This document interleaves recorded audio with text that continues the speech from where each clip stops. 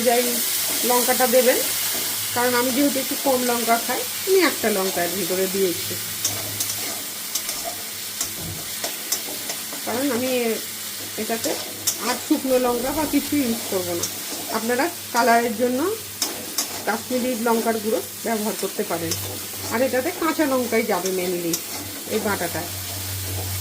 এখানে শুকনো লঙ্কা ইউজ হবে না, শুধুমাত্র কাশ্মীরি লঙ্কাটা কালারের জন্য। তো আমার দরকার নেই, যেহেতু আমার এখানে টমেটোটাই কালার।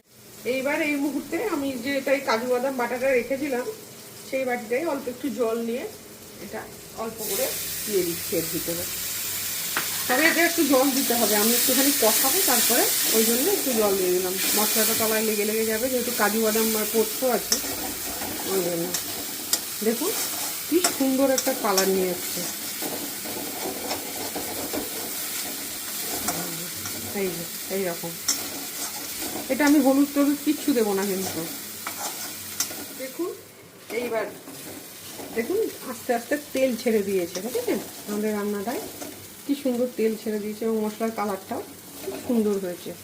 এই অবস্থায় আমি এর ভিতরে একটু জল দিয়ে দেবো, যেহেতু পনিরটা আমি একটু কাঁচা কাঁচা রেখেছি, তো পনিরটা দিয়ে একটু জল দিয়ে ফোটাবো এটাকে।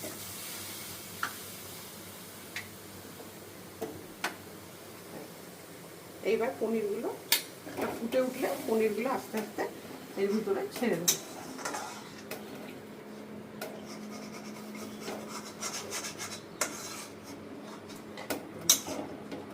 এবার পনিরগুলো আস্তে আস্তে এর ভিতরে দিয়ে দেবো।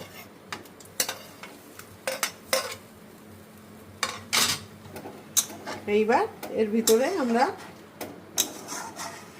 চেরা কাঁচা লঙ্কা অ্যাড করবো, কিন্তু আমি তো আগেই বলেছি আমি চিড়ি না, যেহেতু একটা লঙ্কা আমি বেটে দিয়েছি, আপনারা লঙ্কা দিতে পারেন, আপনি এটা চিড়ে লঙ্কা দিয়ে দিতে পারেন। আমি গোটা দিই, কারণ যে যেরকম ঝাল খাবে সে তার মতো ঝাল নিয়ে নেবে, মানে তখন ভাতের সাথে এটা ঠিক হয়ে যাবে আর কি। এর অবস্থায় আমি এর ভিতরে নুন আর মিষ্টি দেব, তাহলেই আমার রান্নাটা কমপ্লিট হয়ে যাবে। একটু গ্রেভি গ্রেভি থাকবে, তখন আমি এটা নামিয়ে নেব। আমি এবার পনিরগুলো নামিয়ে নেব।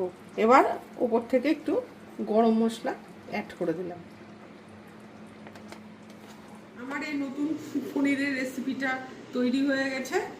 এটা ভাত, রুটি, পরোটা যে কোনো কিছুর সাথে খেলে দুর্দান্ত একটা রেসিপি। আশা করি আপনারা বানিয়ে খাবেন, আমি যেভাবে বানালাম। আশা করি সবার খুব সুন্দর হবে। ভালো থাকবেন, সুস্থ থাকবেন, এবং আমার চ্যানেলটিকে একটু লাইক এবং সাবস্ক্রাইব করে দেবেন, এবং আমার সাথে একটু থাকবেন।